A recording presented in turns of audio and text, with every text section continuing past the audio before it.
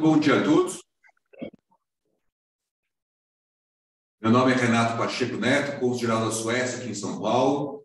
Dou as boas-vindas em nome do consulado, mas agradeço à Câmara de Comércio Brasil-Suécia, na pessoa do seu diretor executivo, Jonas Lindström, e a sua equipe, que prepararam, junto com o nosso Comitê Jurídico de Negócios, esse evento tão importante na matéria fiscal. Eu gostaria de agradecer também aqui a Belga Lux, que é nossa parceira nesse evento, e também, principalmente, a Ordem dos Advogados do Brasil, na pessoa do presidente da Comissão de Relações Internacionais, Dr. Luiz, que estará conosco aqui também como moderador. Eu vejo que nós temos mais presença virtual do que física. Isso mostra que os tempos modernos vieram e ficarão. Nós recebemos ontem mais de 50 confirmações e temos algo em torno de 10 pessoas aqui no auditório do consulado. Esse evento vai ser moderado pelo Dr. Luiz, que é o nosso presidente da Ordem dos Advogados, Comissão de Relação Internacional, e o Dr. Luiz é uma personalidade muito singular. Ele é meu colega, embora muito mais experiente, da Faculdade de Direito da USP, onde também fez o seu mestrado, é conselheiro da FEComércio, e é, atualmente, depois de ser vice-presidente, hoje tem a presidência da Comissão das Relações Internacionais da Ordem dos Advogados do Brasil.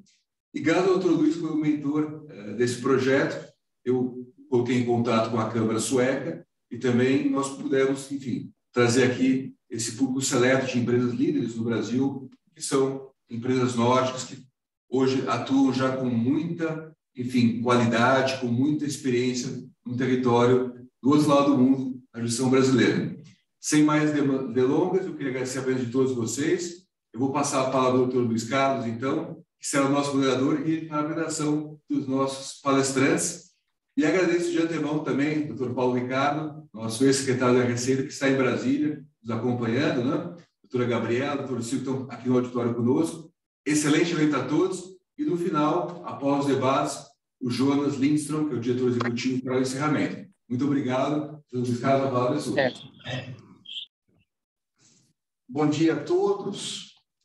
Sejam muito bem-vindos a esse evento que nos tem aqui na casa do Consulado Geral da Suécia, com a Câmara Sueca, Brasil, em parceria com a Câmara Belgo-Luxemburguesa, com a Comissão de Relações Internacionais da OAB. Sem mais delongas, eu queria apresentar para vocês os nossos convidados, pessoas ilustres. O tema escolhido ele foi democraticamente, né, a pedido das empresas que compõem a Câmara, um tema de relevância tributária. Então, nós trouxemos dois membros da nossa comissão, um membro da Câmara Sueca para falar a respeito do assunto. Então, o nosso primeiro palestrante vai falar sobre a questão da adesão do Brasil ao OCDE, preços de transferência, princípio Arm's Length, partes vinculadas, transações controladas, métodos e como isso se reflete na nossa vida.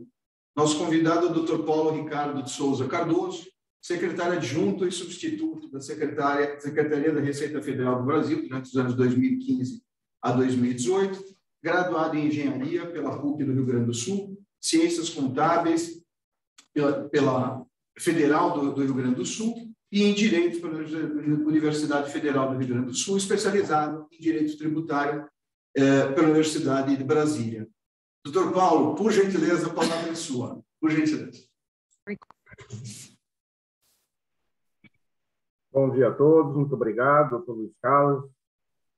Aqui eu cumprimento os demais, doutor Luiz Carlos, presidente da nossa comissão na OAB São Paulo, cumprimento a doutora Gabriela, doutor Ciro, doutor Renato, e agradeço imensamente o convite para estar aqui dialogando com vocês sobre esse tema que entrou na pauta do governo federal, já não é de hoje, é verdade, mas podemos dizer que 2022 e 2023 serão anos definidores dos passos que o Brasil dará rumo a entrar nesse seleto grupo da OCDE. Eu também peço desculpas pela minha ausência presencial, mas, como bem falado anteriormente, hoje o mundo está muito pequeno, né? Eu estava há pouco numa reunião com a equipe do FMI, a equipe da Administração Tributária de Angola, todos conversando no mesmo time, no mesmo momento, em continentes, digamos assim, quase diferentes, né? Em termos de fuso horário, em termos de presença física, hoje essas questões são facilmente superadas. Então, em função desse meu compromisso, tendo visto que eu faço consultoria para o Banco Mundial e para o FMI, eu não consegui estar presente em São Paulo, apesar de todas as providências já terem sido tomadas antes. Bom, o nosso tema aqui, e obviamente de antemão eu quero declarar que nós não vamos fazer um curso aqui intensivo de alguns minutos sobre transfer price, mas a ideia é apresentar aos senhores o estado da arte, né? O que nós esperamos, o que está acontecendo e qual foi a evolução que tivemos nos últimos anos nesse projeto de adesão do Brasil à OCDE, que seguramente implicará em muitas mudanças normativas, legislativas e até conceituais aqui no Brasil. Inicialmente, só para a gente fazer um registro, né? A OCDE é uma entidade sediada em Paris. Hoje ela tem 38 membros, países. Foi criada em 1961 e, naquele momento, congregava um seleto grupo de nações desenvolvidas. E hoje ela se abriu, e que bom que seja assim, porque as nações que fazem parte desse clube, digamos, elas têm um selo de qualidade em relação às boas práticas na política pública, em relação ao ambiente de negócios com segurança, com previsibilidade, enfim. Então, aderir ao OCDE traz muitas vantagens, não só para os países, como também em termos de governo, como também para a economia desses países e nesse relacionamento internacional, que hoje cada vez mais intenso, né? Mas esse projeto do Brasil participar da OCDE, na verdade, ele foi iniciado em 2017, ainda naquela gestão do presidente Michel Temer, e o Brasil apresentou o interesse de fazer parte dessa entidade. 2017, 2018 e 2019, houve um projeto interno da Receita Federal, especificamente, e, obviamente, envolvendo o próprio Itamaraty, o Ministério até então, o Ministério da Fazenda, agora o Ministério da Economia, para que chegássemos no estágio atual. Com o ministro Paulo Guedes, atual ministro da Economia, foi decisivo nesse marco para internamente formalizar essa adesão. E digo 2017 porque, a partir de 2018, especificamente a partir do início do ano de 2018, eu falo desse momento que eu estava fazendo parte da administração pública nesse período, a Receita Federal e a OCDE desenvolveram um intenso trabalho para identificar pontos em comum da legislação brasileira vis-à-vis as diretrizes da OCDE no que tange às questões tributárias, no que tange especificamente a preços de transferência. Em 2019, então, houve a edição do decreto por parte do seu presidente da República, em que instituiu formalmente uma estrutura para tratar as questões envolvendo esse roteiro, envolvendo essa diretriz de adesão à OCDE. O que se espera é que esse decreto foi editado em julho de 2019, realmente traga seja eficiente nesse projeto intenso de ajustes por parte do Brasil. E, na realidade, o decreto, eu até com ele aqui, a emenda do decreto institui o Conselho para a preparação e o acompanhamento do processo de acessão da República Federativa do Brasil à Organização para a Cooperação e Desenvolvimento Econômico, da OCDE. E ali traz uma série de regras, de componentes, de estruturas para que se trabalhem com esse objetivo. Agora, no mês de junho, desse mês que nós estamos, o Brasil deve receber, então, a versão final do que seria o roteiro OCDE para o Brasil fazer os ajustes. Seguramente, boa parte desse roteiro vai estar focado na legislação tributária. Desculpa. Vai estar focado na legislação tributária.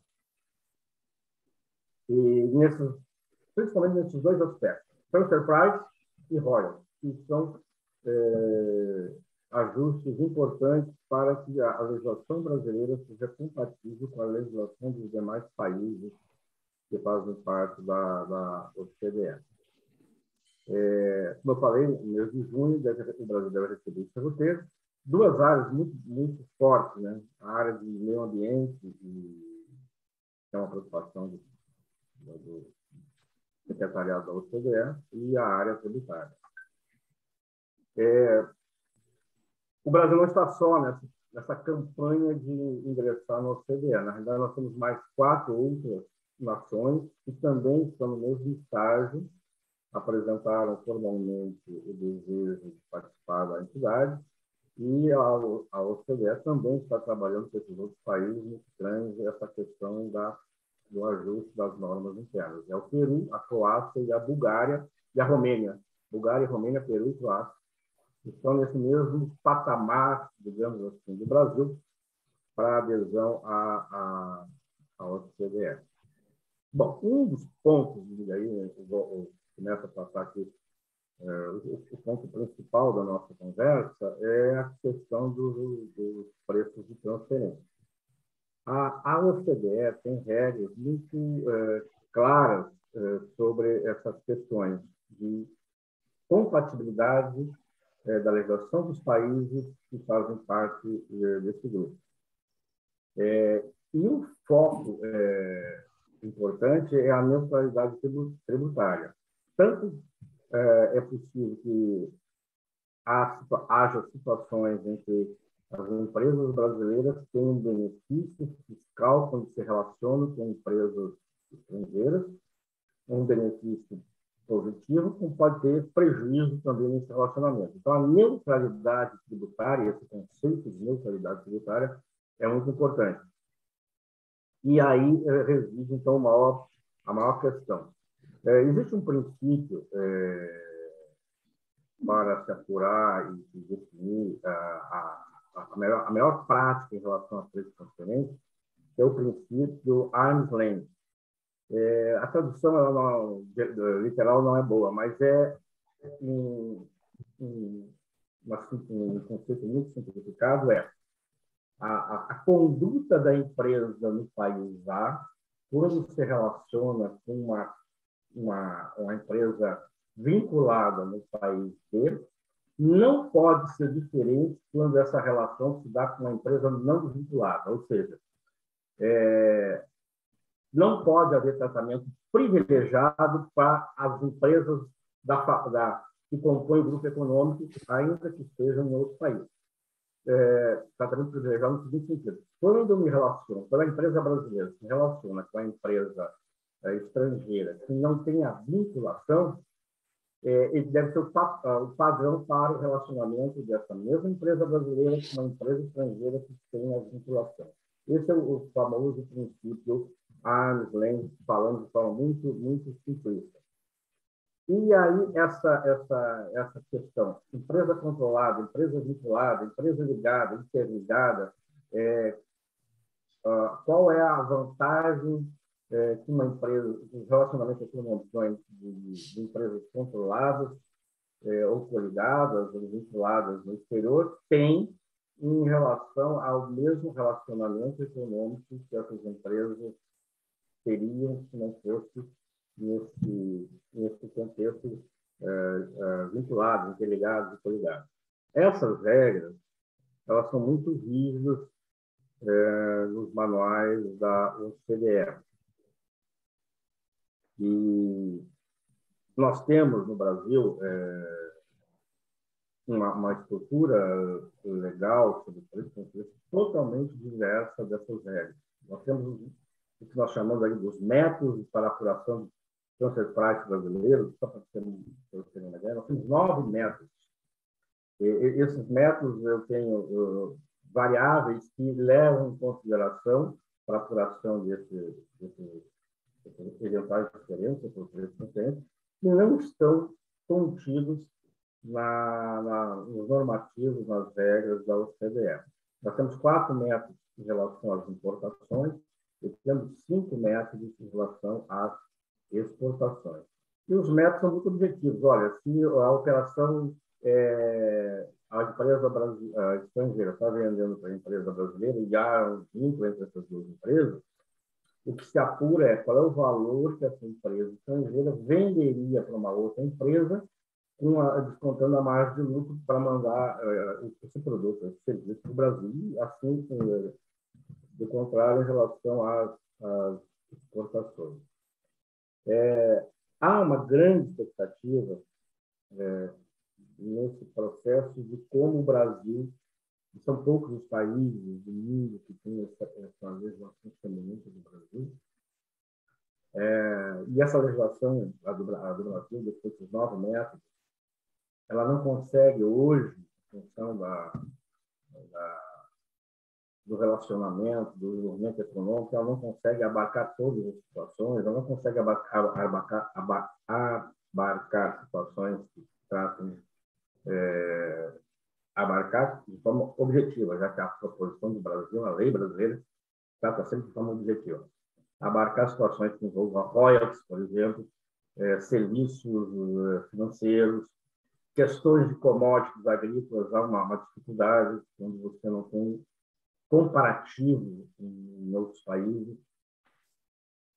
Juros, nós usamos aqui no Brasil muito a taxa padrão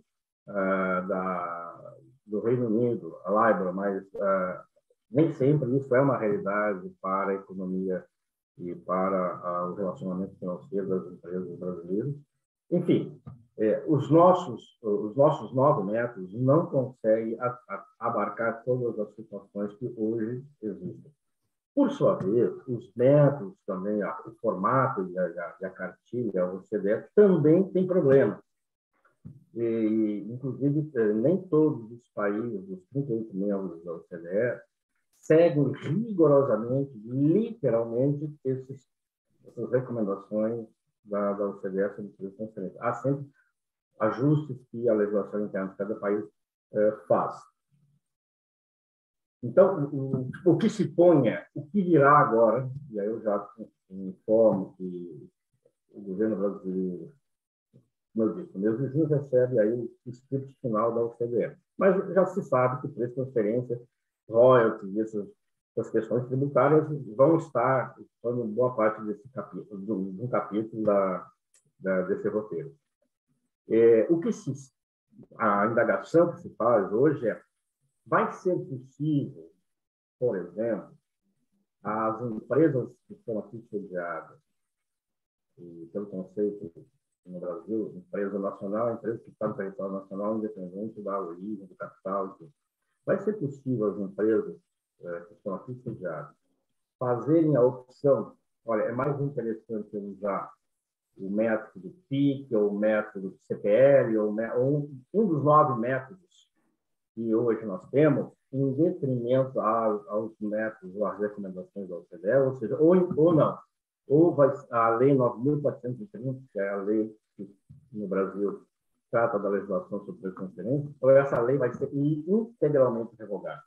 Porque nós poderemos ter a seguinte situação.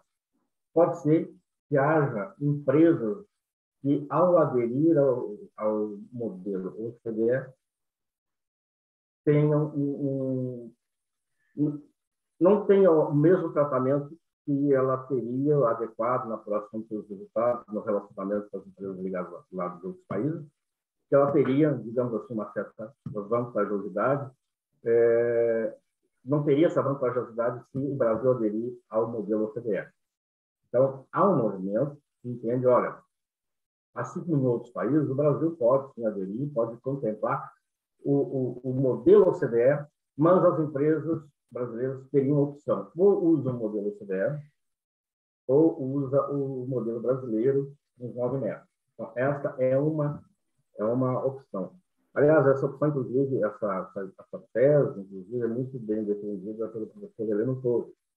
Até porque o professor Heleno também estudou a aplicabilidade do modelo integral OCDE aqui no Brasil, e não só o professor Heleno, como o Schwery também, entendem que vai haver dificuldade para muitas empresas se o Brasil seguir literalmente esse modelo. Por outro lado, a recomendação OCDE é que todos os países devam incorporar na sua legislação o princípio arm's length. A doutrina brasileira, grande percentual da doutrina, a maioria da doutrina brasileira, entende que o princípio arm's length ele está implicitamente, não está explicitamente, mas está implicitamente contemplado na Lei 9.430. Que os métodos que foram criados lá na Lei 9.430 nada mais procuram trazer, evitar o não equilíbrio tributário nas relações. Ou seja, os métodos procuram trazer a neutralidade tributária, e isso é o básico do princípio arm's length. De qualquer forma, essa expectativa de que no segundo semestre, agora, esse projeto de lei, fazendo as suas adequações, seja encaminhado para o Congresso Nacional, é grande. Os 9 métodos, como eu falei antes, eles não contemplam todas as situações dos relacionamentos econômicos que existem hoje, até porque tem questões que não se consegue nem apurar. Vou dar um exemplo. Antigamente, na época que a Lei 9.430 foi editada, o Brasil importava software através de um suporte físico. Ou era um disquete, ou era um CD, ou era algum suporte físico para importação de software. E essa importação passava pela aduana. Hoje, como é que se traz um software do exterior? Não existe mais suporte físico. O software hoje é jogado na nuvem e você de casa, ou as empresas, baixam esse software. Ou seja, não existe o controle aduaneiro na nuvem para baixar software. Só para dar um exemplo de como a nossa legislação, esses 9 métodos, não consegue ter total controle, ou total mensuração das relações econômicas. O que eu falo da importação vai também para a exportação. O Brasil exporta também serviços, exporta tecnologia, e esses métodos hoje são muito focados naquela conjuntura econômica dos anos 90. Vamos pegar o exemplo que seguramente vai estar também nesse roteiro da OCDE, do royalties. A legislação brasileira de royalties é de 1958. Muitos aqui não eram nem nascidos. E naquela época ela foi criada para proteger, uma falsa proteção, né? Mas isso, para proteger a implantação da indústria automobilística no Brasil, em 1958. E essa legislação sobre royalties diz o seguinte: olha, só é dedutível para fins da apuração da base de imposto de renda até 5% da receita líquida as despesas pagas por royalties. Vejam que esse conceito não tem mais sentido hoje. E não sofreu nenhuma atualização. Então, é óbvio que o Brasil, para ter esse relacionamento mais, esse selo de qualidade da OCDE e ter essa legislação compatível com os demais países, vai ter que trabalhar em cima da legislação sobre royalties. E royalties também, assim como você citei software, que é licença, os royalties também se aplicam nesse mesmo conceito. Essa legislação, ela seguramente vai ser atualizada. Royalties, só para nós temos uma noção royalties, assim, grosso modo, é aluguel de ideias. Alguém desenvolve um projeto, um produto, e alguém paga por essa ideia para colocar no mercado, basicamente. Quando você aluga um galpão, uma máquina, a despesa desse galpão, desse aluguel, da máquina, do terreno, ela é 100% dedutível. Agora, por que quando você paga aluguel de uma ideia, de uma inovação, ela tem essa limitação de 100% sobre a receita? Então, isso demonstra o quanto nós estamos defasados nesses conceitos. A legislação brasileira está defasada nesses conceitos. A legislação aduaneira está defasada nesses conceitos, nesse exemplo que eu citei, né? De como registrar uma importação de software que não passa pelo meio físico da aduana. Isso tudo deve está sendo estudado pela administração tributária brasileira e deve estar sendo inserido nesse projeto de lei. E, segundo consta, a ideia é encaminhar até o final do mês de julho. Sabemos que o ano de 2022 para o pagamento é um ano atípico, né? Dificilmente nós teríamos a aprovação dessa lei ainda em 2022. E aí vale lembrar que, para efeitos de imposto de renda, você tem que aprovar a lei em um ano para poder entrar em vigor a partir do primeiro dia do exercício seguinte. Então, o esforço talvez vai ser intenso para que se tenha essa lei aprovada até 31 de dezembro.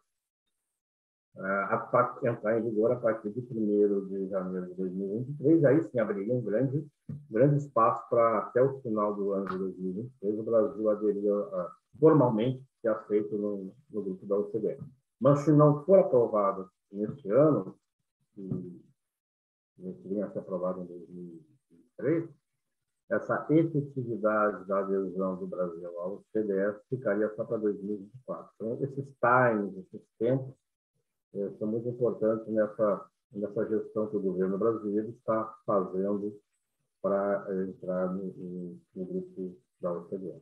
Eu chamo a atenção que pode ser que tenhamos situações em que a nova legislação seja desfavorável ou menos favorável para algumas empresas em alguns relacionamentos econômicos com as empresas do exterior, ligados, vinculados, interligados. Então, assim que sair essa legislação, assim que o projeto for encaminhado ao Congresso Nacional, cabe um exame muito detalhado sobre as situações pontuais, específicas, e até, se for o caso, trabalhar no âmbito do Congresso Nacional para minorar esses eventuais perdas. Como eu disse, talvez o melhor dos mundos fosse o Brasil adotar o padrão OCDE, mas deixando a opção para aquelas empresas que têm uma situação diferenciada, deixando a opção de continuar com o modelo atual dos 9 métodos aí, que nós usamos hoje. Eu acho que eu já falei muito, senhores, já passou aqui do meu tempo, pelo menos o tempo que o presidente da comissão tinha me dado anteriormente. Eu fico aqui à disposição dos senhores. Mais uma vez peço desculpas por não estar presente, mas esse assunto nós podemos abordar em outros eventos, porque, como eu falei, a partir do encaminhamento do projeto por parte do Poder Executivo Federal, essa matéria tem que ser muito bem debatida, porque ela vai ter consequências econômicas, consequências nos relacionamentos dos negócios e consequências tributárias também, para boa parte das empresas. Muito obrigado. Eu queria agradecer, doutor Paulo Ricardo de Souza Cardoso, pela exposição. Eu estou guardando algumas perguntas. Tem algumas pessoas, o Leite também fala aqui, algumas pessoas, o Leite fala. Vazou alguma coisa aqui? Foi muito legal o Leite, sabe? Obrigado. Pronto? Eu estou com problema de som, não estou ouvindo bem você, Luiz. O seu microfone, Paulo, ele está um pouco, não sei se mais baixo, as pessoas estão falando que está um pouco abafado o som. Não sei se consegue aumentar um pouco o volume. Bom, estão me ouvindo bem? Agora sim. Sim. Talvez a distância do interlocutor para a câmera. Mas queria te agradecer. Estou dizendo que eu vou deixar algumas perguntas, que são curiosidades próprias minhas, e talvez de todos os demais participantes, logo após a fala da doutora Gabriela e do doutor Ciro, para que a gente possa interagir os temas, né, de OCDE, de reclassificação, enfim, e curiosidades que eu acho que são de interesse geral, eu vou deixar para a próxima etapa, logo a seguir, tá? Então, eu queria apresentar a doutora Gabriela Tiunce, advogada especialista em comércio exterior, graduada em Direito pela PUC de Campinas, pós-graduada em comércio exterior pela Unicamp, especialista em compliance pelo INSPER, conselheira da Câmara de Comércio Belga-Luxemburguesa no Brasil e diretora da Comissão Especial de Relações Internacionais, da OAB, membro da Comissão de Direito Aduaneiro da OAB de Campinas. Passo a palavra para a doutora Gabriela. Obrigada, Luiz. Tá bom? A câmera acompanha automaticamente. A câmera te acompanha. Ah, legal. Automático. Daí eu consigo olhar para Quando cá. você começa a falar, vai te acompanhando. Perfeito. Tá falando. Bom, vamos começar então agradecendo a todos os presentes aqui fisicamente, também o pessoal que está nos assistindo online. Agradeço ao OAB, a Comissão de Relações Internacionais e a Belga Lux também, e principalmente à Câmara de Comércio Sueca e ao Consulado, pelo espaço dado aqui para a gente falar um pouquinho sobre essas questões tão relevantes aqui para o comércio internacional. E, bom, eu sou especialista em direito aduaneiro, é a minha área, e sempre que a gente tem a oportunidade de debater sobre o direito aduaneiro, isso tem que ser aproveitado ao máximo, porque o doutor Paulo muito bem comentou que tem uma legislação ultrapassada, mas é uma temática que conversa com outras áreas do direito, com o direito internacional, com o direito tributário, administrativo, e essas áreas não têm a dinâmica que o comércio internacional pede.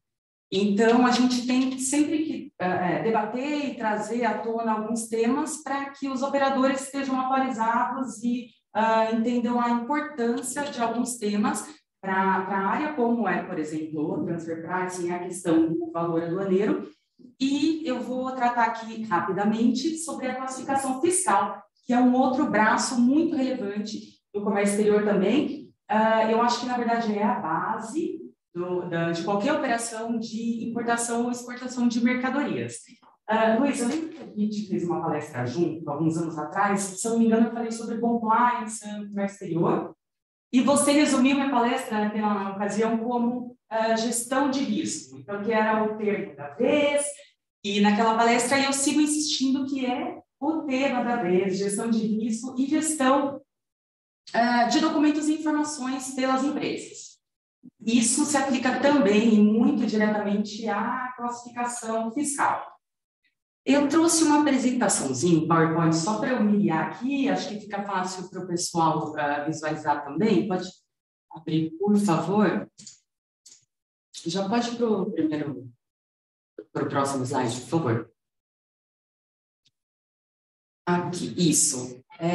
Então, o meu objetivo aqui hoje é dar uma pincelada no tema e trazer alguns pontos importantes para os gestores e tomadores de decisão, acender uma luzinha ali, de repente devem prestar mais atenção em algum outro ponto, atualizações, tanto a atualização do banco de dados da empresa, quanto as atualizações de legislação que a gente tem, eu vou falar aqui agora do Sistema Harmonizado de 2022.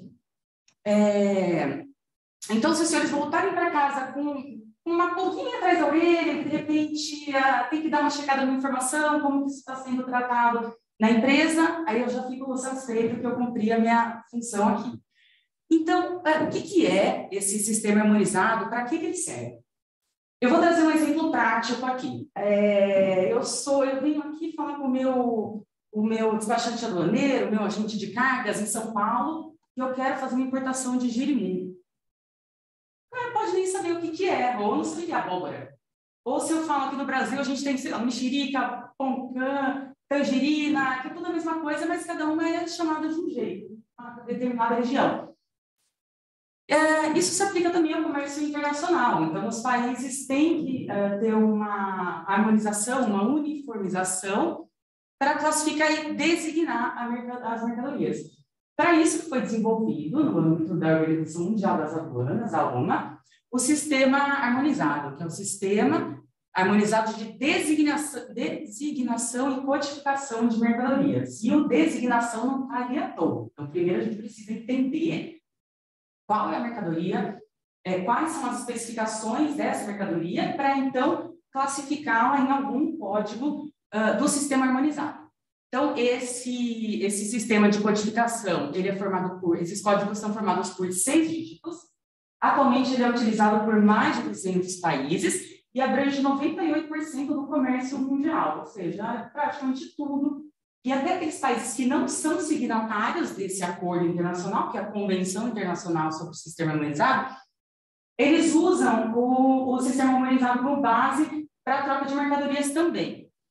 Então, a função dele é fomentar o comércio internacional e também tem funções estatísticas, é utilizado como base para negociações de acordos internacionais.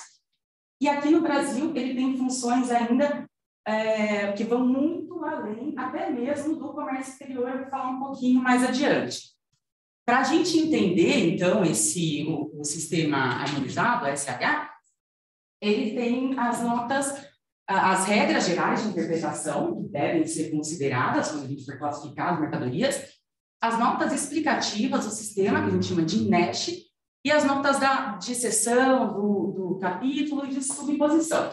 Esse arcabouço todo tem que ser considerado, avaliado, principalmente por juristas e também por pessoas que entendem da mercadoria em si, para classificar adequadamente a mercadoria. Então, toda mercadoria transacionada internacionalmente, ela tem que ser classificada em algum desses códigos, sendo que, via de regra, deve existir um único código para a mercadoria e, via de regra, todas as mercadorias têm que ter essa mesma classificação, ou ao menos com relação a esses 6 dígitos.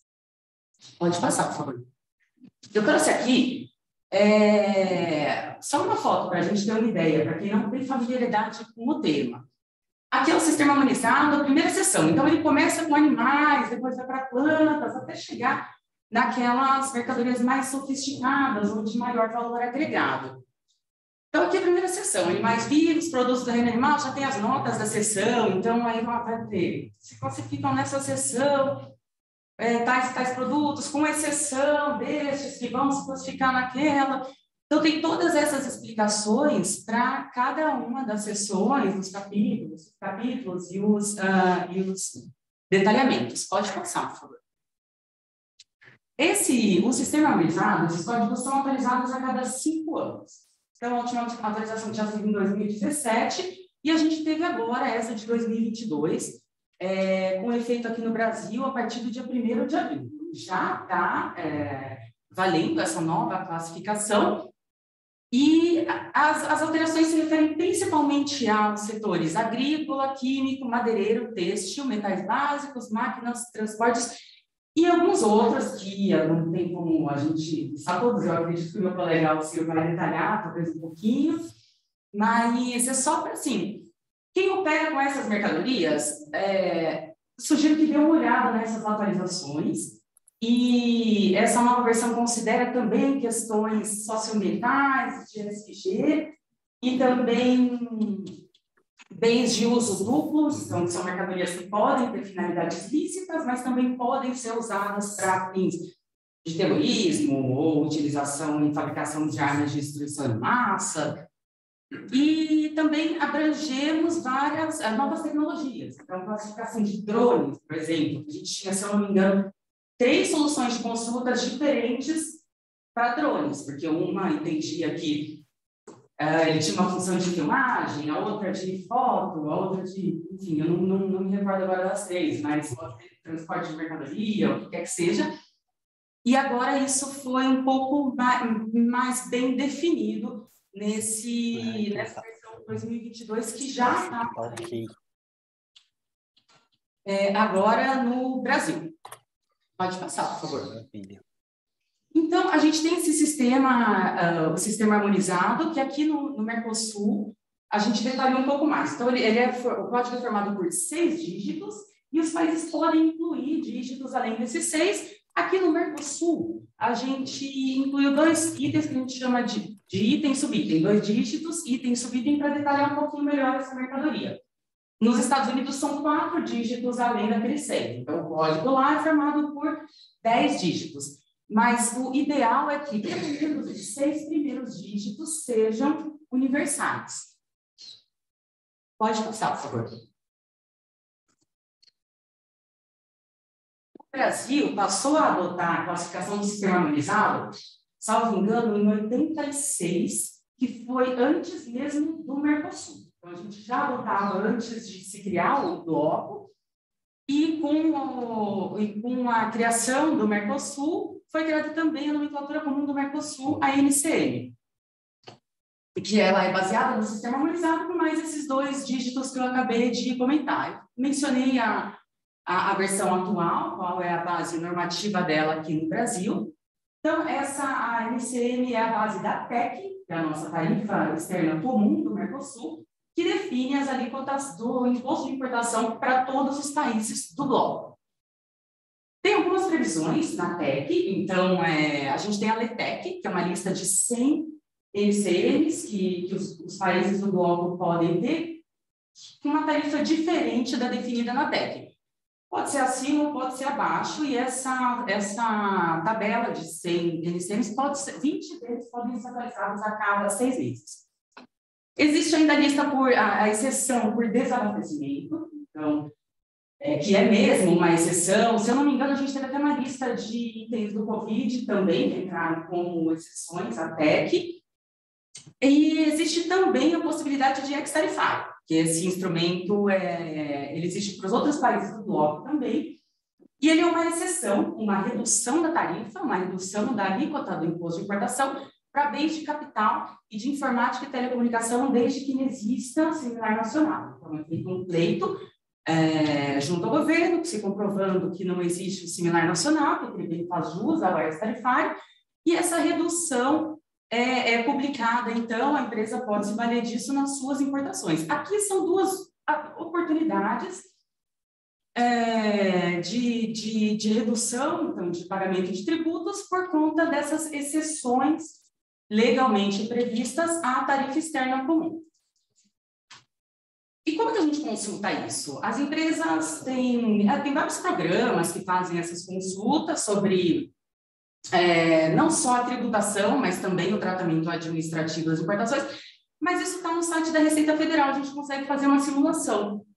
E o curioso foi que quando eu fui fazer essa simulação aqui para colocar na apresentação, já me mostrou uma alíquota de imposto de importação diferente para o café descafeinado e para o café cafeinado. Então, um cafeinado tem aqui já um ponto de atenção. Se de repente o despachante aduaneiro, a empresa, fizer esse errinho de classificação, então vamos lá, o café sempre importado descafeinado e de repente surgiu uma oportunidade de negócio nova, que não foi considerada a classificação fiscal.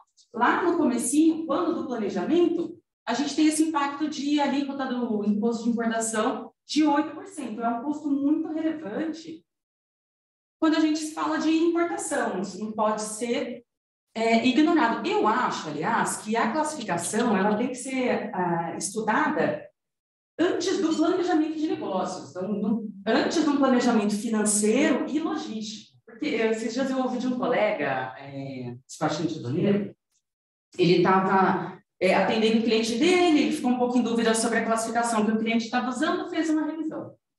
Ele viu que a classificação estava errada, a classificação nova e a classificação que a empresa estava utilizando tinha a incidência do ICMS na entrada, de 18%, e durante a revisão eles viram que a classificação correta era outra, o ICMS era isento do ICMS por conta de um convênio e tinha anuência do Inmetro. Então, assim, a empresa estava gastando muito além do que deveria, utilizando a classificação incorreta, o que pode gerar uma multa de 1% sobre o valor aduaneiro. Essa multa não é desprezível quando a gente fala de comércio exterior, o volume das operações é muito alto. E, além disso, a empresa não estava registrando a licença de importação para a importação desse produto. O que tem uma multa também específica de 30% sobre o valor aduaneiro. Então, se isso cai numa fiscalização, é um combo imenso que às vezes fecha a porta das empresas. Então, a classificação tem que ser feita e muito bem feita por um profissional que conheça não só da mercadoria, como também das regras de classificação. A NESH, que eu comentei lá no comecinho, as regras gerais de interpretação do sistema harmonizado. Então, às vezes, as empresas se valem de um catálogo técnico do produto, feito por um engenheiro, tem lá todas as especificações, mas esse cara não sabe exatamente as regras do sistema harmonizado, que é o mais importante. Ele entende muito do produto, mas ele não entende como aplicar as regras.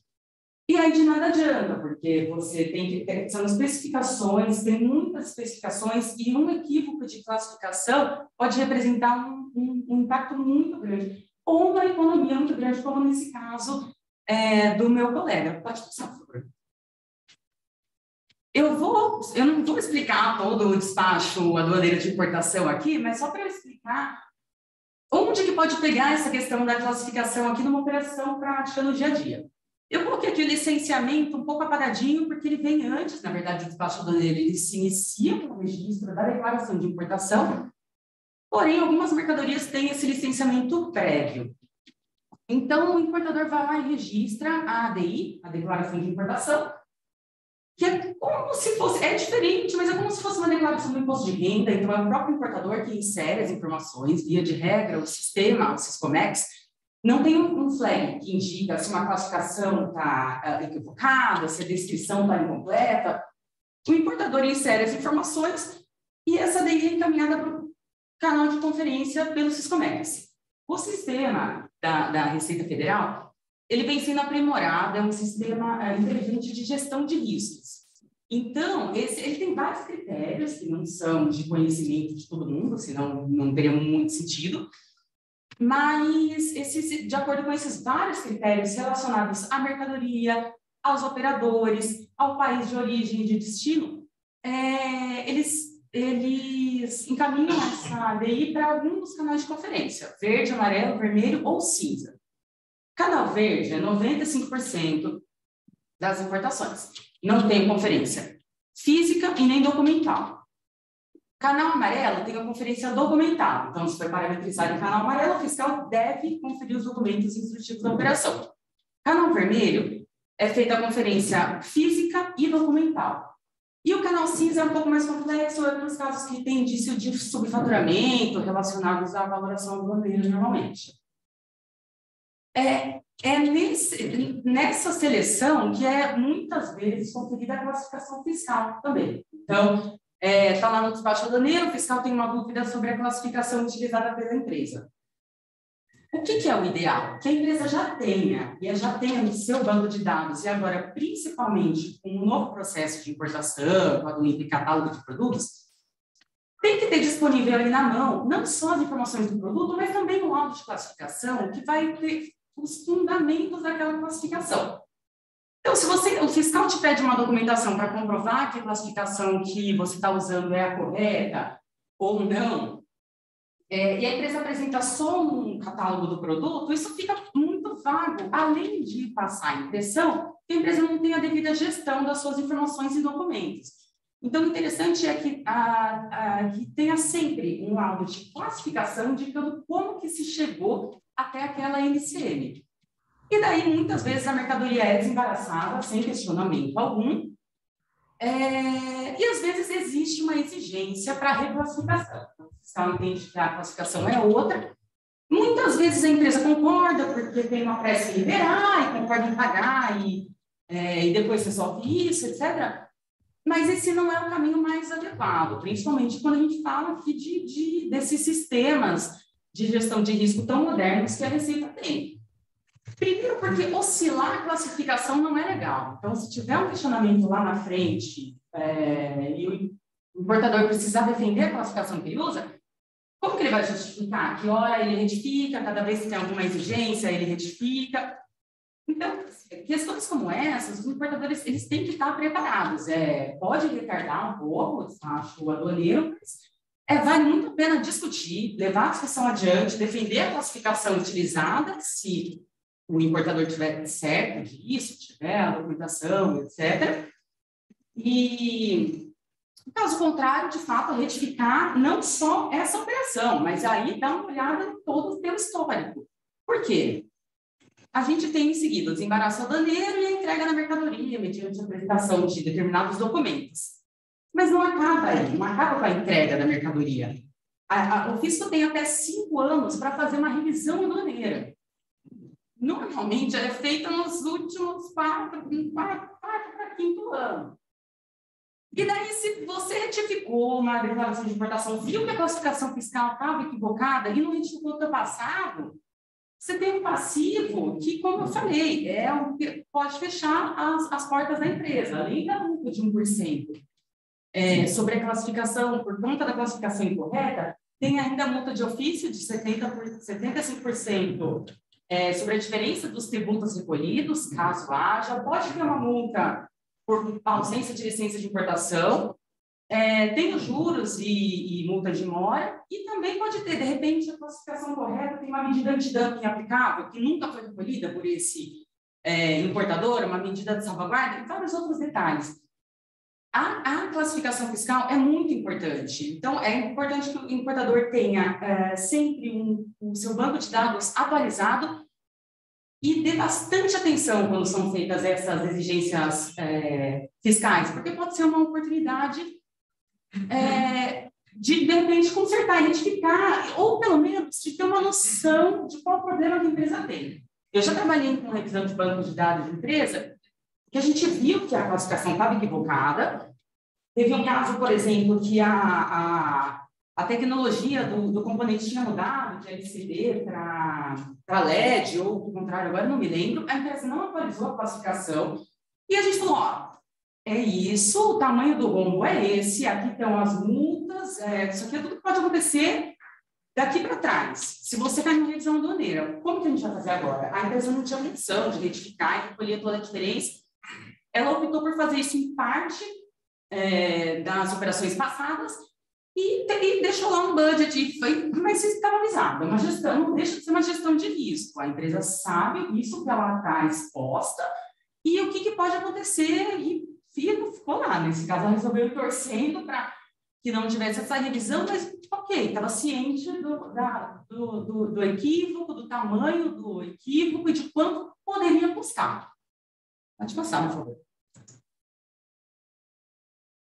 Aqui eu trouxe essa decisão do CARF, uma decisão de 2019, muito importante, que fala sobre que a classificação é uma atividade jurídica, a partir de informações técnicas. Então, o perito técnico da área ele vai fornecer as informações sobre a capacidade de um item, enfim, as informações necessárias para a classificação, e é o jurista que vai adequar essas informações às regras de interpretação do sistema harmonizado para fazer a devida classificação e defender essa classificação sempre que necessário. Vou dar uma corridinha, porque eu acho que eu estou extrapolando o meu tempo.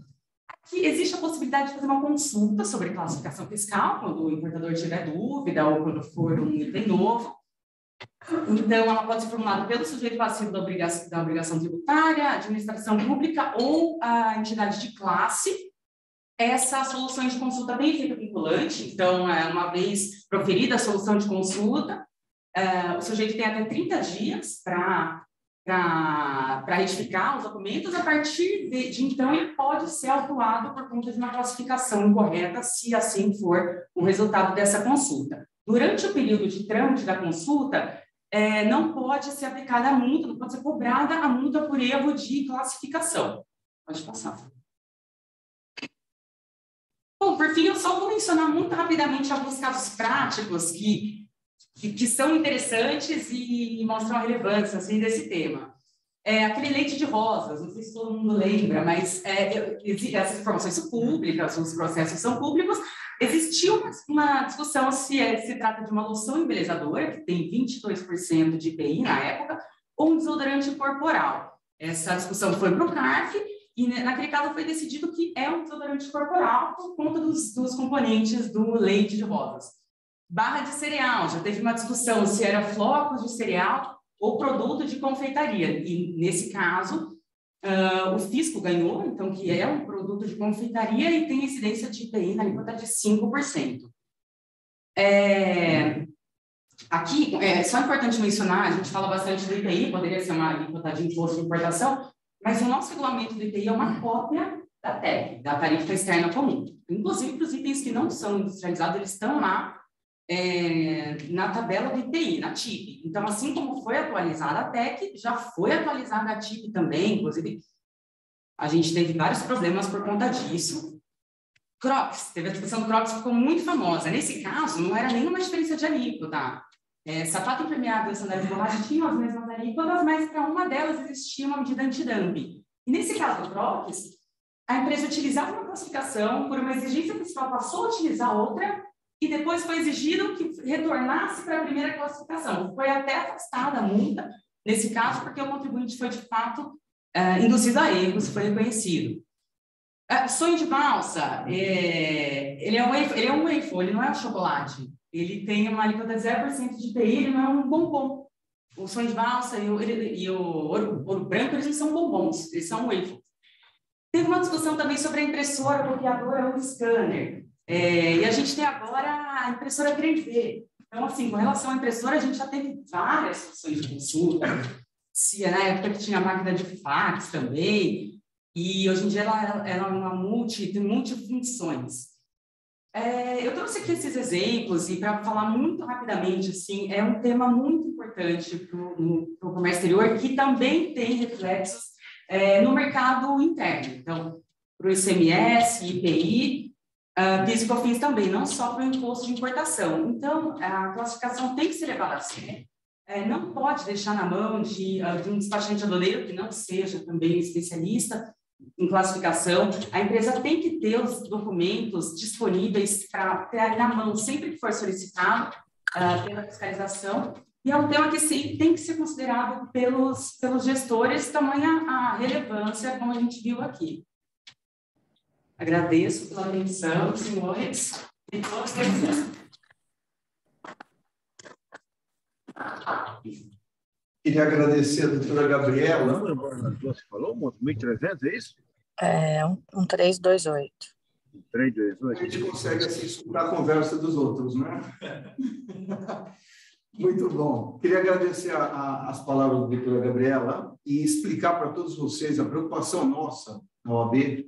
Então, começando, o doutor Paulo Ricardo que falou de OCDE, a questão dos royalties, transfer price, a doutora Gabriela com a questão de reclassificação fiscal. Teremos a sequência com o doutor Ciro agora também, ainda nesse tema, é mostrar para os senhores o seguinte, que nós entendemos que é uma oportunidade. Então, veja, estamos tendo uma mudança em legislação. Tivemos na questão de reclassificação de produtos, teremos a questão de OCDE, farei ainda algumas perguntinhas para o doutor Paulo, para contextualizar para todos a importância para os senhores representantes de empresas, assessores, assistentes, entender que este momento em que uma legislação entra em vigor é uma oportunidade de revisão, é uma oportunidade de questionamento e de geração de mais-valia para a empresa de vocês. Então, nossa preocupação em trazer esses temas para vocês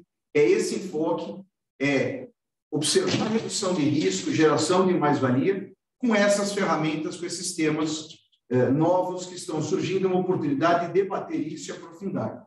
Eu passo agora a palavra para o nosso último palestrante, o Dr. Ciro César Soriano de Oliveira, graduado em Direito pela USP, MBA em Economia pela FIP, MBA Executivo pela Fundação Dom Cabral, LLM em Direito Empresarial pela Cell Law School e mestrando em Direito Internacional pelo Instituto Brasileiro de Direito Tributário.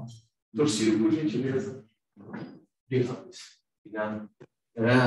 Gabriel, se você me permitir, eu vou acrescentar só mais um caso interessante aquela sua lista, que é o de suplementos alimentares para animais. Né? O fisco, numa situação, entendeu que é a ação.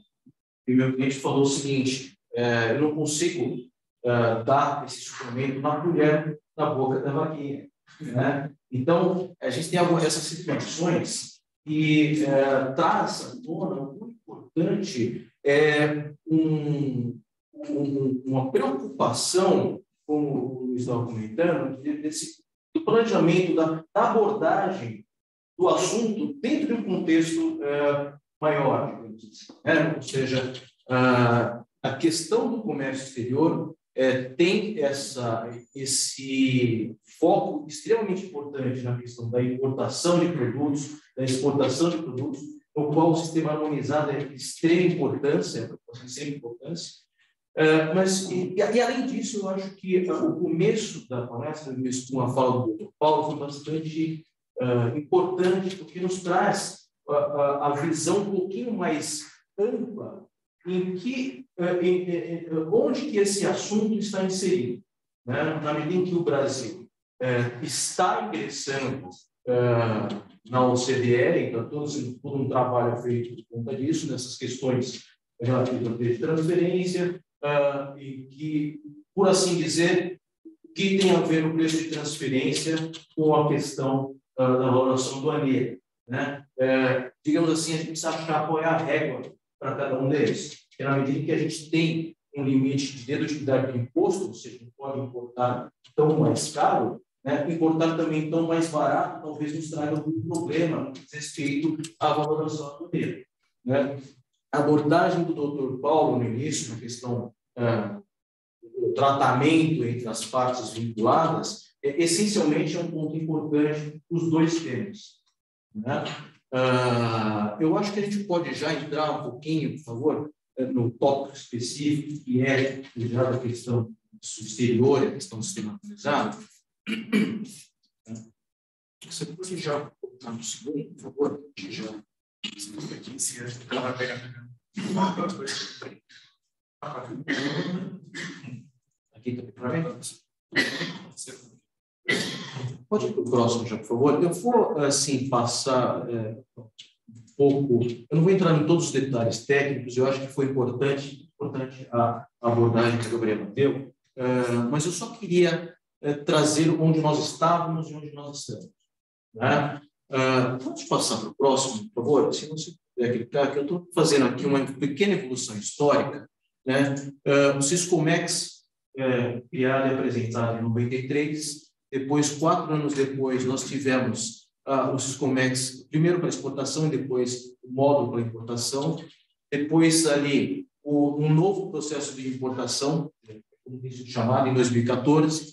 Né? Em 2018, o início do projeto piloto da declaração única de importação, que, por assim dizer, não está ainda 100%. Ali, em 2020, o controle de carga e trânsito de importação. E, finalmente, esse novo ambiente em qual nós estamos começando a discutir, que é a questão do catálogo de produtos. Eu resumiria os objetivos. Você pode colocar todos na tela? Eu coloquei assim, mas eu resumiria, tem essas duas, tá? Os objetivos do catálogo de produtos como sendo a pretensão de dar um tratamento uniforme e mais coerente e, como se diz, consistente ao longo do tempo, assim, que os contribuintes adotam para determinados produtos, né? Isso está um pouco detalhado, digamos assim, esses objetivos que foram listados, né? Mas é essencialmente uma situação na qual quem alimenta e quem alimentará, você pode passar, por favor, e aí a diferença entre o Siscomex e o catálogo de produtos, que é que o Siscomex ele era de preenchimento livre, ele continua sendo de preenchimento livre das características das mercadorias, tá? Ao passo que o catálogo ele já tem, ele assume, ele pretende que haja uma padronização. As informações já estão lá e aquelas informações serão pretensamente, pelo menos, as informações que o contribuinte sempre utilizará ao longo do tempo. Então, não haveria um risco, digamos assim, de a cada DI uma nova informação. Não, aquilo já é uma pretensão de consistência no tratamento das mercadorias, das práticas de importação de uma forma um pouquinho mais ampla. Tá? Esse aqui é a questão do ambiente de produtos. Esse catálogo vai ter todas as informações, então aí o catálogo de produto, o código de produto, a modalidade de operação, o CNPJ do operador de comércio exterior, descrição livre do produto, informações sobre o fabricante, o produtor e seu país de origem, e, finalmente, a NCM. Né? E aí a gente já começa a funilar um pouquinho na questão do sistema harmonizado. Né? Nós tínhamos um sistema harmonizado, o último era de 2017, 5 anos depois, 2022, então, um novo sistema harmonizado que começa a ser praticado, discutido, e aí a gente tem alguns pontos de atenção. Né? Essencialmente, o que acontece é que, no primeiro momento, a partir de 1º de abril, e nesse caso, passamos, né? As antigas NCMs e as novas NCMs. Né? E está bastante claro no tratamento que o fisco e a SESC expressou, né? Houve uma mensagem, algumas mensagens de importação e exportação, no qual eles colocam qual é o tratamento que vai ser dado, mas ali fica bastante claro que os documentos que até a data limite, primeiro até 31 de março, foi prorrogado para 31 de maio, depois, os documentos que constassem, nos quais constassem as antigas NCMs, praticamente não poderiam ser mais utilizados, deveriam então ser retificados ou conseguidos novos. Né? É essa, digamos assim, a dinâmica, que a SESC acabou expondo nas suas notícias específicas sobre importação e exportação. Tá? Para cada um deles, ela vinha detalhando ali qual era o tratamento na declaração única, o tratamento das licenças que eram dadas para os órgãos, os diversos órgãos que autorizam as importações, as concessões de lei e tudo mais. A ideia é que já era com o Sistemex, mas agora que todas essas informações fiquem centralizadas e sejam tratadas no mesmo ambiente. Né? Mas o ponto é que até a data limite, a partir da nova data, os documentos nos quais constassem NCMs antigas, eles praticamente seriam inutilizados, né? Ou o sistema não leria. E aí o contribuinte volta e ele tem que fazer a sua lição de casa e revisar aquela sua NCM que praticava antes para saber qual é a nova. Né? Vou passar um pouquinho aí, né? Vou passar. Em todos esses pontos, os tratamentos aqui são os detalhes de tratamento de cada um. Por exemplo, que tiver as LIs deferidas até 31 de março, que não tivessem vinculadas a uma DI até essa data, aí, envolvendo uma NCM alterada, o importador poderá registrar um pedido de LI substitutiva para alterar o código NCM utilizado, e aí os tratamentos específicos para cada uma das situações de documentais que esse sexo foi dando. Né? Tudo para que nós conseguimos, para que o importador e o exportador conseguissem fazer e colocar no sistema o deparo, o que era antes de qualquer um. Né? Passando aqui para bastante a parte operacional, né? E a questão do drawback também é interessante, porque é uma possibilidade do ajuste do saldo que não foi utilizado no ato concessório. E aí, Luiz, eu acho que a gente entra num ponto que eu colocaria como uns takeaways. Né? Eu acho que nós temos aí o sistema harmonizado nesse ambiente todo, ele nos traz uma necessidade ou um ponto de atenção ou uma visão de que é necessário que haja o planejamento de todos que estão envolvidos. Todos que estão envolvidos na operação de comércio exterior, eu diria que não se resume somente as pessoas, aqueles que estão envolvidos com a prática específica do comércio. Acho que a Gabriela comentou bem algumas questões, que é o quanto que um negócio se inviabiliza à vista de uma imprevisão do nascimento de uma contingência, né, por conta de uma NCM que não corresponde mais a que se utilizava. Então, sobre aquela NCM não havia dúvida. Sobre a nova, agora nós temos algumas dúvidas. Há novas NCMs que correspondem a 2 ou 3 das antigas, e vice-versa, algumas aglutinadas. Então, esse trabalho de deparo, simples dizer, de identificar qual a nova correspondente anterior, ou quais as novas correspondentes à nova anterior, ou qual a anterior correspondente que foi ali dividido em outras tantas, esse é um trabalho importante para ser feito agora. Né? Isso volta um pouquinho, só um pouquinho. Os dispositivos. Isso pode parecer que é bom, é uma coisa, poxa, agora eu preciso fazer um novo trabalho, não é fato, é um novo trabalho, mas há aspectos positivos. Né? Do ponto de vista de administração, esse ambiente nos dá a previsibilidade, nos permite conhecer o timing de todo o procedimento, né? O lead time para que tudo seja feito, desde a saída da exportação exterior até a fábrica, né? E a diminuição de contingências com as autoridades aduaneiras. Né? Acho que isso é um ponto, claro, no nosso meio todos nós queremos afastar. Né? Daí a necessidade do envolvimento de todos. Há muitas situações em que uma nova alíquota, diferente da prevista, ela pode, de fato, realizar um negócio, impor uma revisão de negócio. Né?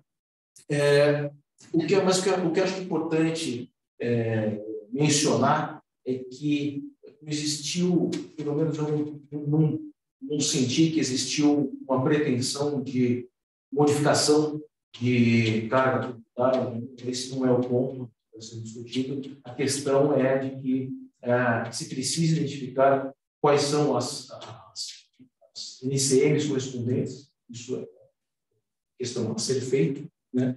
E o como isso é importante.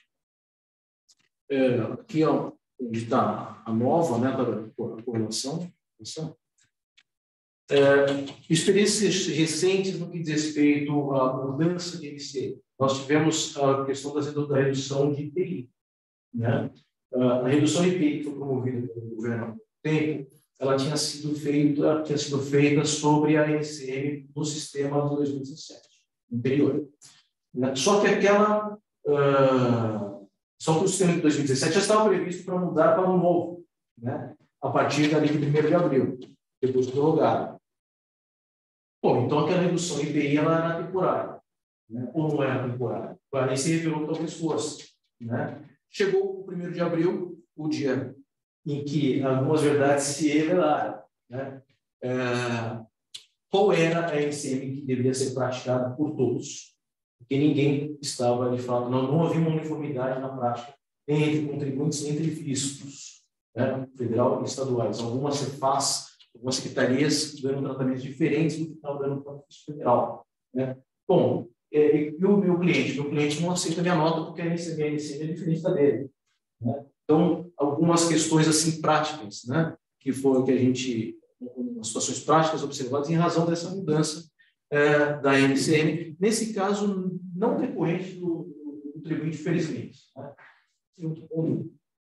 E aí, uma questão relativa, foi bastante recente, também foi a de que, bom, com a redução do IPI, se não me engano, alguém entrou com a ADI, com a redução direta, 71-53, e foi concedido uma liminar para que a Zona Franca de Manaus mantivesse a carga anterior. Né? Surgiu um problema, né? Por conta de que, para quem tem processo produtivo básico, PPD, na Zona Franca de Manaus, não somente os produtos produzidos lá, como também alguns insumos vinham de outros locais do país. Né?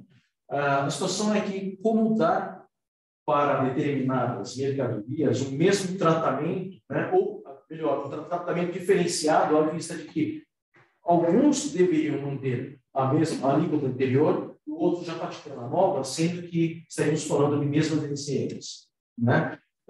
O Ministério da Economia soltou uma nota demonstrando a impossibilidade de se praticar 100%, isso tinha determinado, né? O ministro, no caso, foi o ministro Alexandre de Moraes, e tentou fazer ali uma correlação para atender 89% da NCE. Então, é interessante, né? Ou seja, uma situação na qual nem tudo estava ali abarcado. De novo, foi ali uma situação na qual,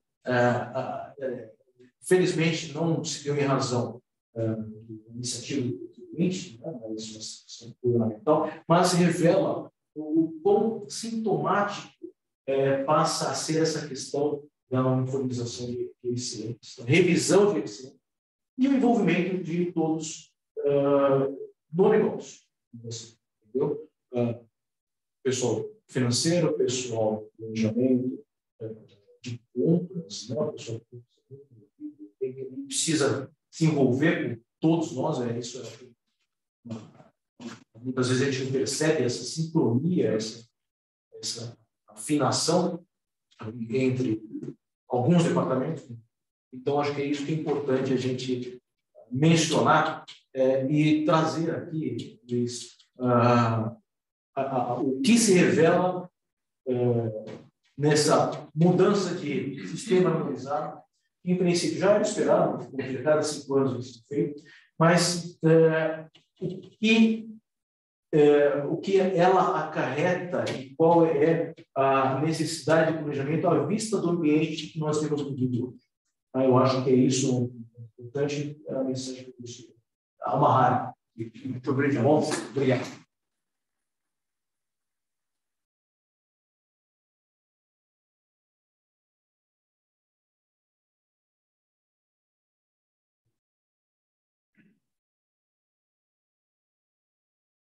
Voltamos à tela. Voltamos à tela. Agradecer ao doutor Ciro. Acho que o Ciro conseguiu sintetizar o que é o espírito aqui nosso, dessa nossa reunião aqui. Foi brilhante. Então, Ciro, eu gostei dessa síntese aqui. Às vezes é Deus que conspira, né? Assim, então, ter tido você como último palestrante, mas eu acho que é uma mensagem importantíssima aqui para todos, de que, veja, essas mudanças, elas implicam em que cada um dos senhores nas suas empresas envolvam todas as áreas, área comercial, área financeira, de importação, industrial, todas as áreas, controladoria. Por quê? Porque nós não estamos falando de uma questão meramente legal, ou fiscal, ou tributária, ou aduaneira. Nós estamos falando do negócio de vocês. É da empresa, dos produtos, da comercialização. E se você vai ser mais competitivo, menos competitivo, mais eficiente, criou linhas de defesa, se preveniu. Então, eu acho perfeita a colocação, a linha com que a doutora Gabriela tinha colocado. Eu queria fazer uma pergunta, então, e quem sabe já endereçamos aí para as perguntas finais do doutor Paulo Ricardo Cardoso. Não sei se a tela dele nós conseguimos ver. Está aqui o Paulo conosco. Paulo, a minha pergunta ela é um pouco elegante, né? Mas muito direta. Sabendo que nós vivemos num país, né, que conforme a definição já de vários, um manicômio tributário, né? Eu costumo dizer que o hospício está cheio, né? A questão da OCDE, nós estamos falando de uma organização, um tratado, quer dizer, é quase que uma adesão. O Brasil tem a pretensão de fazer parte do clube. Temos um sistema tributário com 350 mil normas, 92 impostos diferentes. Estamos em ano eleitoral, renovação de Congresso. Creio que pouca coisa deve ser feita este ano em termos de reforma tributária, ou quase nada, né, para que até que se tenha mais legitimidade. Então, como fica isso, arcabouço tributário todo nosso diante da eleição à vista e uma renovação, provavelmente, de Congresso para o ano que vem. Por gentileza. Bom, me ouvem bem? Estão me ouvindo? Bom, essa é uma pergunta muito fácil de responder, né? Só os amigos fazem perguntas como esta, viu? Mas eu diria, vamos lá, eu diria o seguinte, o Brasil vai entrar na OCDE, é uma questão de tempo. Se não for em 2022, vai ser em 2023. Como eu falei, a entrada do Brasil na OCDE, ela transcende os governos. Ela começou lá em 2017 com o presidente Temer, e agora foi dado um passo importante pelo presidente Bolsonaro, e independente de quem esteja governando o país no ano que vem, eu diria, não tem volta. É uma questão só do tempo que nós vamos levar, nós, Brasil, para nos adequarmos naquele roteiro que a OCDE vai encaminhar para o Brasil agora no mês de junho. Em relação à reforma tributária, o impacto da OCDE para a legislação tributária brasileira essencialmente está na legislação do imposto de renda. Vocês vejam que pré-transferência é imposto de renda, royalties é imposto de renda. Outras questões, existem outras questões menores, mas tudo é focado no imposto de renda. A questão sobre o imposto sobre o consumo, que é o que se discute hoje na reforma tributária, tanto na PEC 110, na PEC 45, agora surgiu a PEC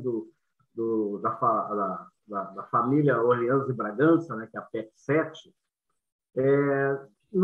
Na essência, claro que a OCDE gostaria que o Brasil tivesse um IVA, que esse IVA fosse um IVA nacional, a semelhança que existe em outros países, desses 38 países da OCDE, mas isso não é essencial. A essência está no preço transferente e a essência está nos royalties, na questão tributária. Temos a questão ambiental, que também é muito importante para ter o aval final. Eu diria assim, talvez nós não estejamos muito bem na foto, também na questão ambiental.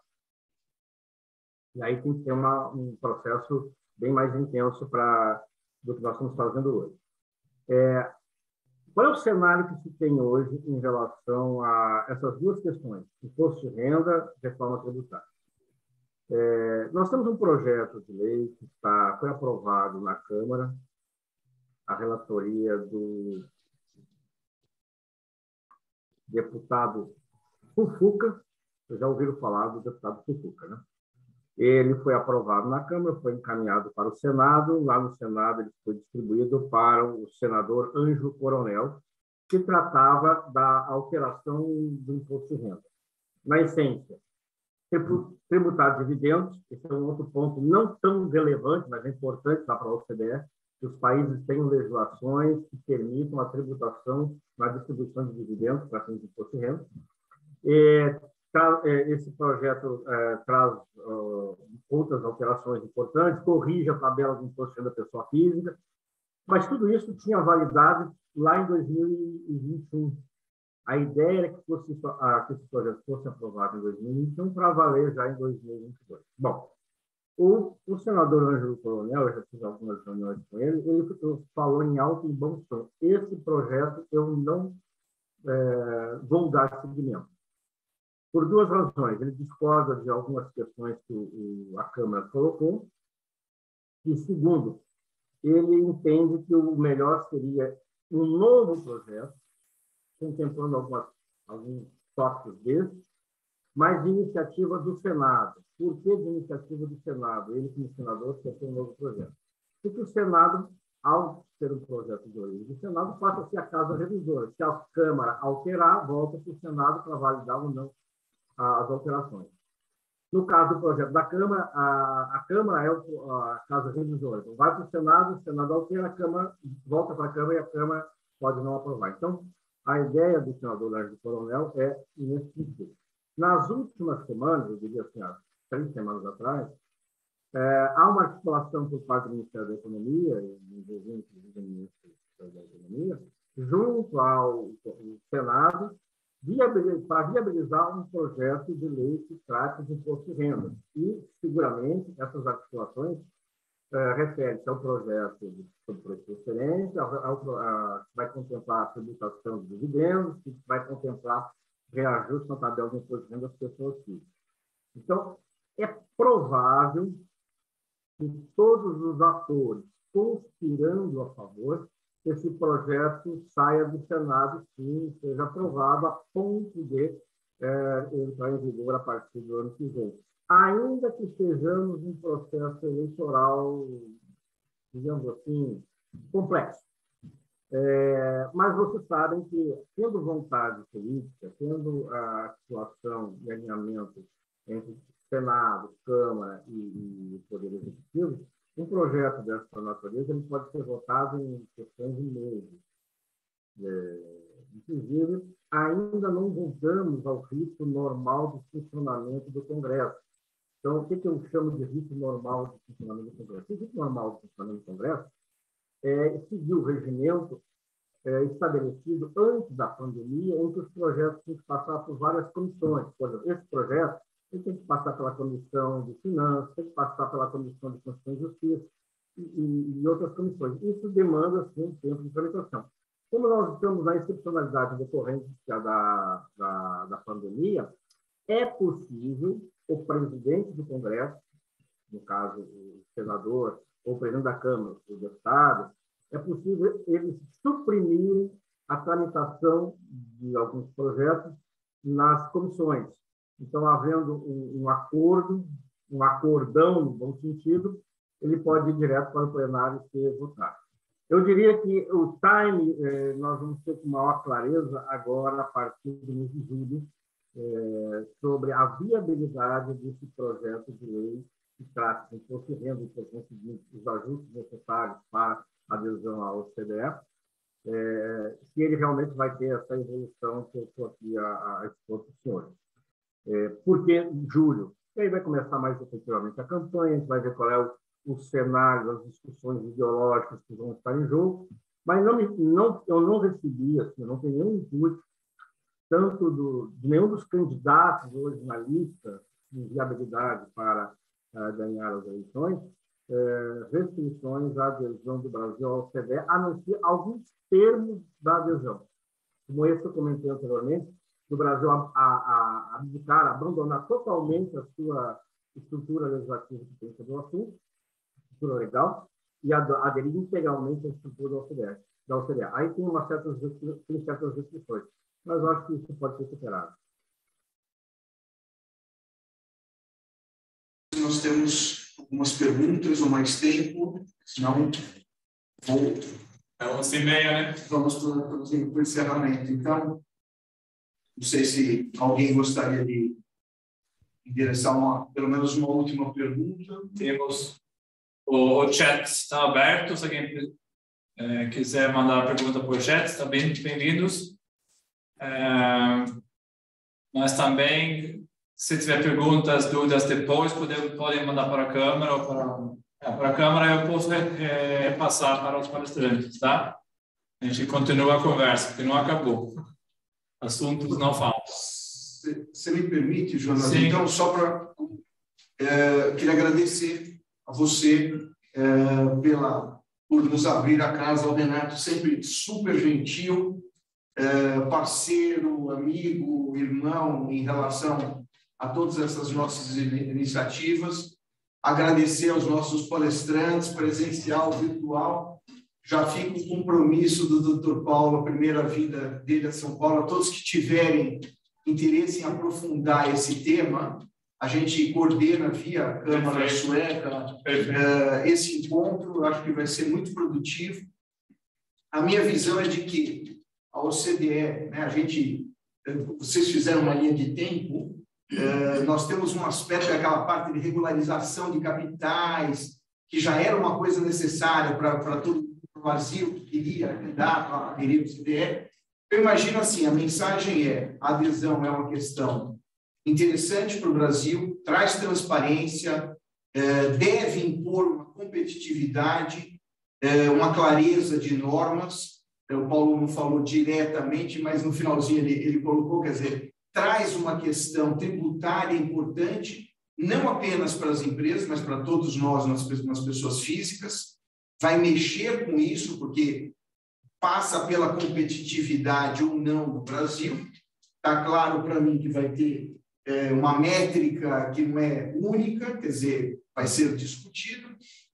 Então, fica aqui um convite, se me permite, Jonas, em nome da Câmara, do Consulado, da Belgalux, da nossa comissão da OAB, todos que quiserem dirigir, por gentileza, à Câmara, suas perguntas, questões, e a gente fica com o compromisso dos nossos palestrantes aí para fazermos uma presencial com as perguntas dirigidas por todos. Sim, perfeito, perfeito. Somos nós que agradecemos, Luiz. Sobrou para mim resumir as mensagens que foram dadas hoje, simples. Não, nem vou entrar nessa. Obrigado pela uma manhã de aulas fantásticas, 3 palestrantes, doutores, parece que é um evento médico, né? Tanto doutor aqui hoje, doutora.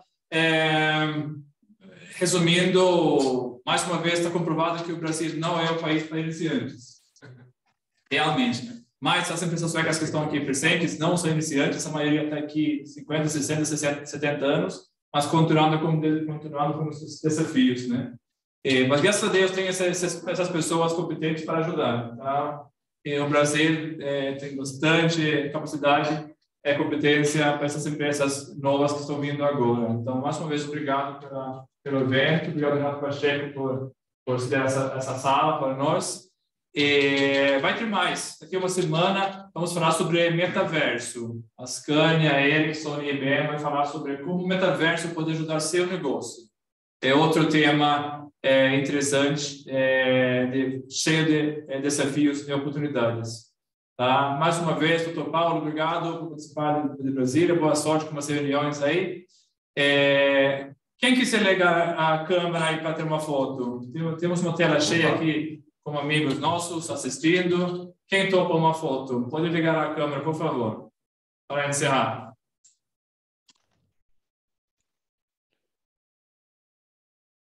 Legal, o pessoal está aparecendo aqui. O pessoal existe mesmo, né?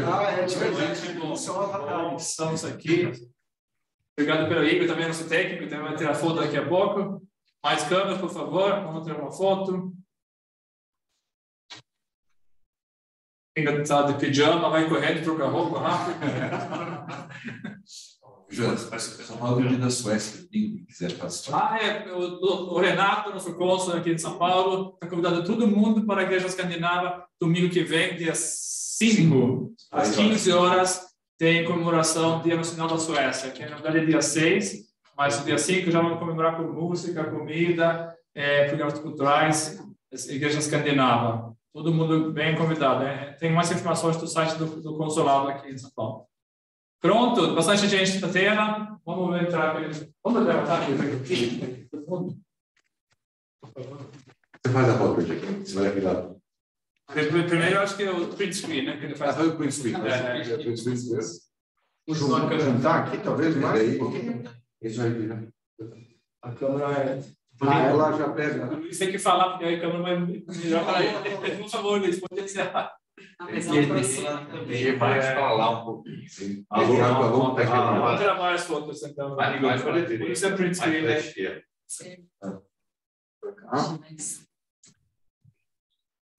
Tem que falar, Luiz. Tem que falar? Não. Vamos. Eliseu fala uma coisa aí. Fala, Eliseu. Alô? Agora aparecemos aqui, ó. É isso, gente. Muito obrigado. Muito obrigado, gente. Até o próximo evento. Até a próxima. Uma boa manhã a todos.